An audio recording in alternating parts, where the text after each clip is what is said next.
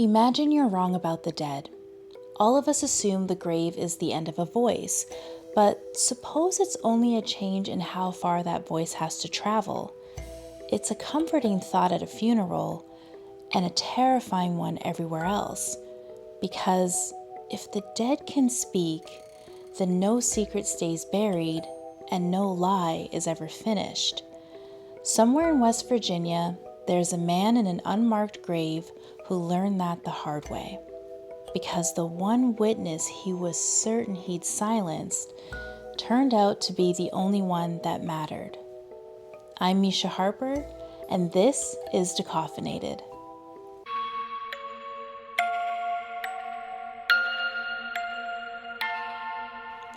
It's June of 1897, and the courthouse in Lewisburg, West Virginia is packed. People have traveled in from every corner of Greenbrier County for this trial, and the ones who couldn't fit inside are gathered out front waiting for word to be passed back. But why? Well, because a man is being tried for the murder of his wife. But a murder trial alone doesn't draw a crowd like this one. And these people came for the story attached to it that's been traveling from porch to porch for months, which says the case against this man came from the dead woman herself. And right now, his defense attorney is questioning a witness, a farm woman in her late 40s, plainly dressed and sitting very still. She's the dead woman's mother.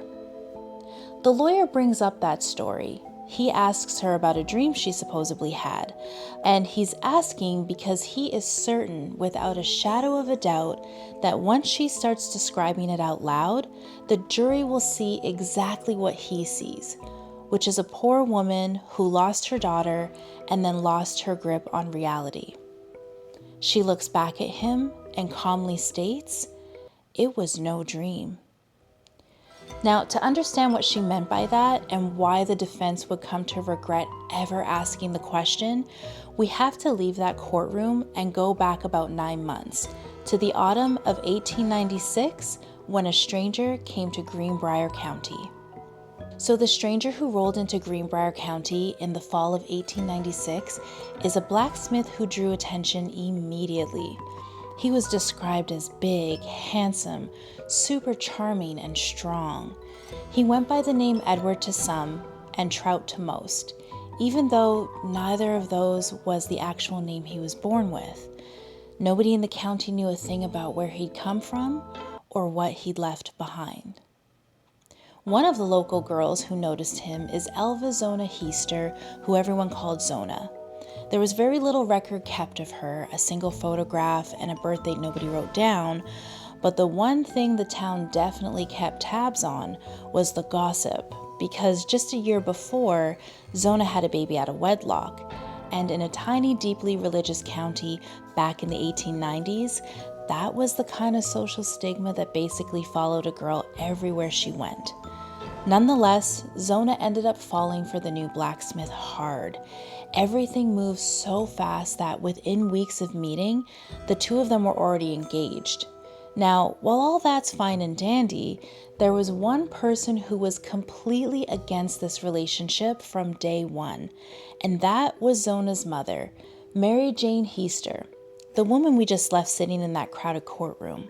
She could not stand Trout Shue, and honestly, the wedding itself probably proved her right. The whole thing was a total mess.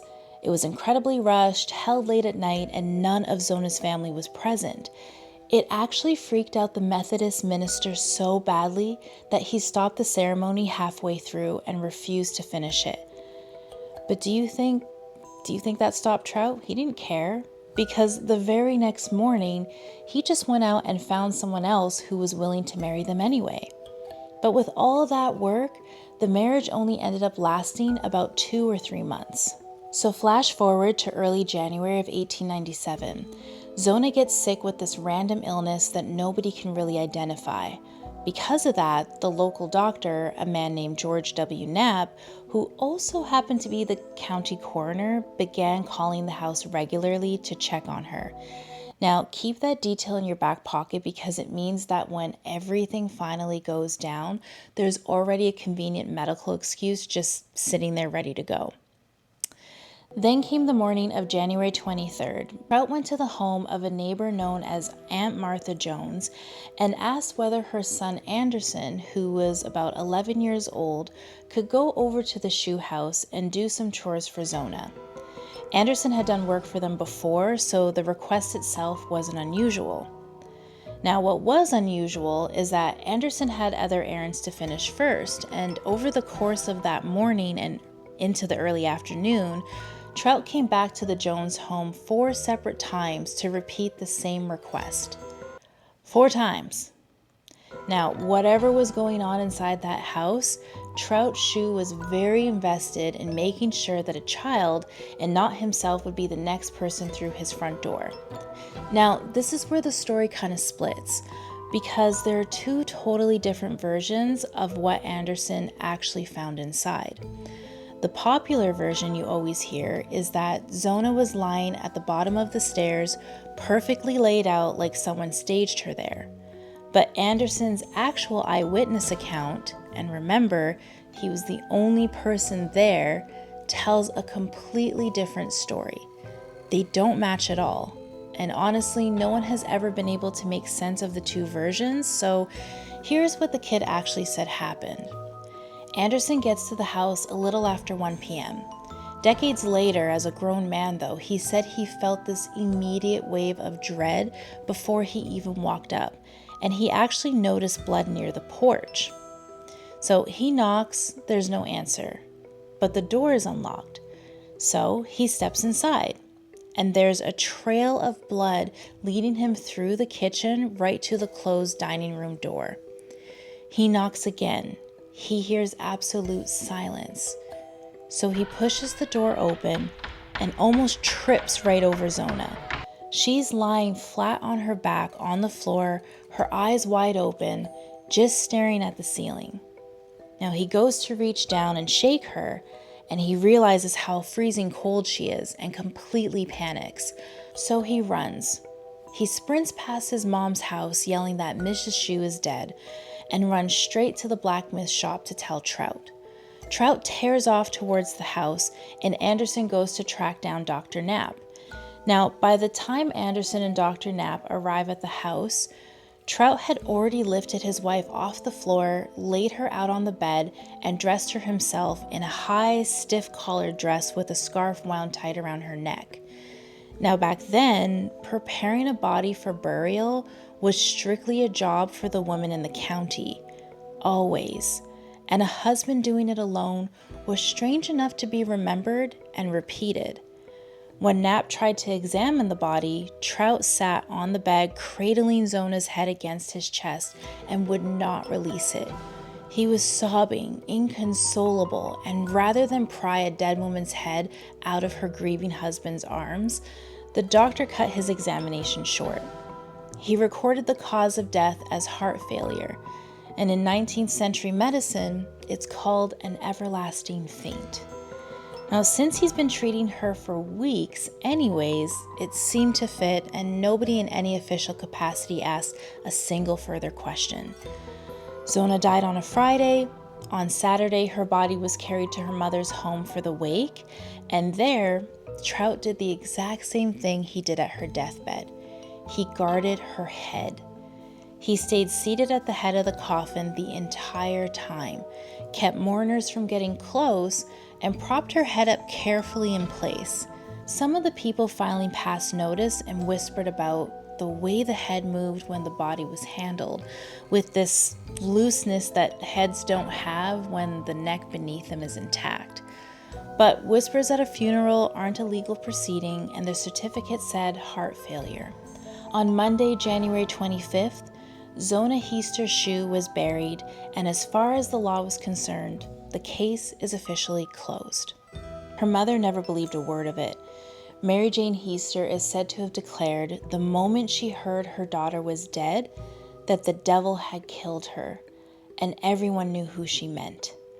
A young woman does not simply faint out of existence, illness or not, and the explanation on that certificate struck her as an insult. There's even this weird little rumor she told for the rest of her life about a sheet from inside the coffin. Apparently, when she tried to wash it, the water turned bright red, and no matter how hard she scrubbed, the stain wouldn't budge. Now look, make of that what you will, but for Mary Jane, that was a definitive sign from above. And then, just a few days after the funeral, we get to the part of this story that made it legendary. Over 4 nights, Mary Jane said her daughter came to her. On the first night, she woke up to a presence in the dark made out of Zona's shape, reached for her, and the figure vanished. She prayed to see her again, and on the second night, Zona returned and spoke. And then she came back a third night and a fourth. And during these visits, she laid out every single detail of what actually went down in that house. The story the ghost told was almost unbearably domestic. She said Trout had just completely flown into a rage at dinner time because there wasn't any meat on the table. Zona tried to tell him that there was plenty of other food ready, like the butter, apples, the preserves, but he wasn't having it. He was just furious. He started smashing her nice things, and then he snapped, attacked her, and broke her neck. Now, the surrounding details do shift depending on the source. Whether she saw Zona or felt her, what order things happened in, exactly which words were exchanged, even Mary Jane's own tellings vary between the 1897 record and later years. But the core of the message never changed. The rage over supper, the broken neck, and the ghost's strangely precise anatomy that her neck had been squeezed off at the first joint. Mary Jane did not keep the visitations to herself. She told friends, neighbors, anyone who would listen, and the initial response was polite disbelief, a general sense that grief had carried a poor woman somewhere dark. A grieving mother on her own was easy to wave off. But she kept at it, and mine started to change. And the real turning point came when she won over Zona's uncle, a man named Zona Heaster. The two of them paid Trout a visit, careful not to show their hand, just to talk about the day Zona died. And they leave that meeting 100% convinced he did it. They talked to Anderson. They talked to others who had been at the house. And all around the county, people who had watched Trout at the funeral started re-examining what they'd seen, because the devoted husband who couldn't bear to release his wife's head was starting to look like a man who could not afford to let a doctor near her neck. Eventually, Mary Jane and Johnson sat down with John A. Preston, the prosecuting attorney in Lewisburg, who had already been hearing the rumors, and whatever Preston privately made of the ghostly visitations, he did the one thing that mattered. He went down and talked to Dr. Knapp. And Dr. Knapp, to his credit, or perhaps out of guilt, admitted it plainly. His examination had been incomplete. He had read Trout as a man in shock rather than a man hiding something, and he could no longer stand behind his own ruling. On that admission, they officially decide to exhume Zona's body. Trout was informed the next morning, and he was made to attend, and his reaction became part of the record of this case. Over and over from that morning onward, he insisted they would not find anything. Not let her rest, not how could anyone think this, but just they won't find anything. Nobody had accused him of anything yet, and his mind went straight to what could and couldn't be proven. They carry the coffin into a nearby schoolhouse, and the autopsy takes several days. Trout is forced to stand there the whole time, and Anderson is right there too. Just think about that. The same 11-year-old kid who found her dead on the floor now has to stand there and watch her autopsy. When he talked about the case decades later as an old man, he barely even mentioned this part. He carried that trauma his entire life. What the doctors found ended the mystery of how Zona died. Her windpipe was crushed, her throat is covered in finger marks, and her neck was dislocated at the joint between the first and second vertebrae, with the ligaments torn through. Broken, in other words, at the first joint. The exact place a ghost had named in a farmhouse bedroom weeks before anyone dug up the body.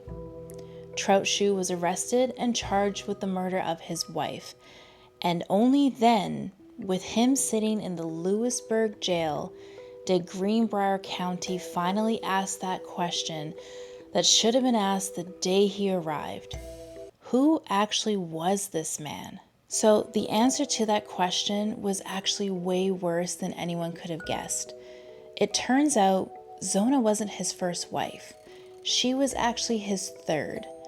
He had been born Erasmus Stribling Trout Shue, and back in the 1880s, he'd married his first wife, a woman named Allie Estelin Cutlip, in a marriage that went badly enough that the entire community knew about it. Stories spread that he whipped her, and they were believed so completely that one freezing winter night, a group of local teenagers and their school teacher went out to the Shue cabin, grabbed him at the door, hauled him to the water, and plunged him in, making sure he knew exactly why. When Trout tried to press charges the next morning, the neighbors lined up to testify for the boys, and the court quietly let every warrant die. Allie eventually got out, and she divorced him while he sat in prison, because on top of everything else, he'd been convicted of stealing a horse. His second marriage came in 1894 to a girl named Lucy Ann Trent. And this is a detail that is just very uncomfortable. Lucy was 16 years old. She lived just long enough to see 17. 8 months into the marriage, Lucy was dead, and the only account of how come came from Trout himself, which he even couldn't keep his own story straight. In one version, she fell and struck her head on a rock. In another, he was doing repairs and dropped a brick on her. Either way, the sole source was her husband. There were doubts and whispers in the community, but that was it. Nobody investigated, no charges were ever filed. The local paper called it a sudden death, and a teenage girl went into the ground on her husband's word. After that, Trout moved on to Greenbrier County, where none of this had ever been heard. In 1896, there was no way to verify a man's past. No share records happened between counties like that. So the whipping, the prison term, the 16-year-old bride dead within a year, all of it stayed behind where it happened, and Trout walked into a new county as a stranger with a clean slate. Which brings us right back at last to the packed courtroom in Lewisburg. The trial opened in June of 1897, almost 9 months to the exact day since Trout first rolled into town. Preston handles the prosecution, and he builds this incredibly solid, airtight case. He focuses on the autopsy, the fact that Trout went to the neighbor's house 4 times that morning, the way he illegally dressed the body himself, and that horrific past that finally caught up to him. The ghost was nowhere in this case because he didn't need her, and he also knew that an apparition was legitimately like legal quicksand. It was the defense that brought the ghost in. Trout's lawyers, William Parks Rucker and James P.D. Gardner, decided to take a massive gamble right in the middle of the trial. They put Mary Jean Heaster on the stand and asked her about the dream that had supposedly made her demand the autopsy. The entire courtroom goes dead silent because everyone knew exactly what the lawyers were trying to do. The defense was about to dismantle the ghost story in public and make the whole case look like it was built on a broken woman's grief. But Mary Jane does not back down. She looks right at them and says, "It was no dream. And instead of crumbling, she got more specific. She recounted the quarrel over supper and named the food she had put up, the butter, the apples, the jellies. She described the nice things he'd ruined in his rage. She described a spot near the Joneses' property behind loose planks where the ghost had told her to look, and said she'd gone and found the place exactly as described. And no matter how many times the defense rephrases the question, no matter how many opportunities they give her to just admit she was tired or grieving or imagining things, she refuses to budge. Her daughter's neck had been squeezed off at the first joint. She'd been told so before anyone dug up the body, and the autopsy had proved her right. The defense bet everything that the jury would see a woman who had completely lost her mind. Instead, the jury saw a woman who was solid as a rock, whose supposedly impossible story had already been verified by real doctors on an autopsy table. Then Trout took the stand, and he made everything worse. He stayed up there most of the day, denied everything, of course, wandered into rambling tangents about his own life, and at one point told the jurors to look at him straight in the eye and decide whether such a man could be guilty. It went so badly that the local paper covering the trial nearly in real time all but printed that the jury would have to convict. And they did, the same day. Murder in the first degree with a recommendation of life in prison. But for some of the locals, that wasn't enough, and a mob was formed to storm the jail and hang him before he could be moved. Eventually, Trout is shipped off by train to the state penitentiary at Moundsville, and he ends up dying there just 3 years into his sentence. He was buried in a prison grave that no member of his family ever bothered to come and claim. On Route 60, the state of West Virginia put up this historical marker that tells the story in about 50 words, and it ends with the line that made it famous. The only known case in which testimony from a ghost helped convict a murderer. It's a great line, and it overstates things because the ghost story isn't what convicted Trout Shue.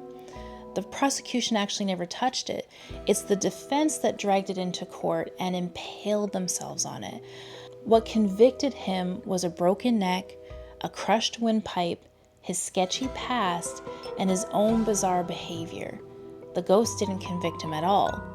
The ghost is just the only reason anyone bothered to look. Zona Heaster Shue was a young woman history barely wrote down, right up until the day she died. And even then, most of what got recorded was legend. Her killer lies in an unmarked, unclaimed grave.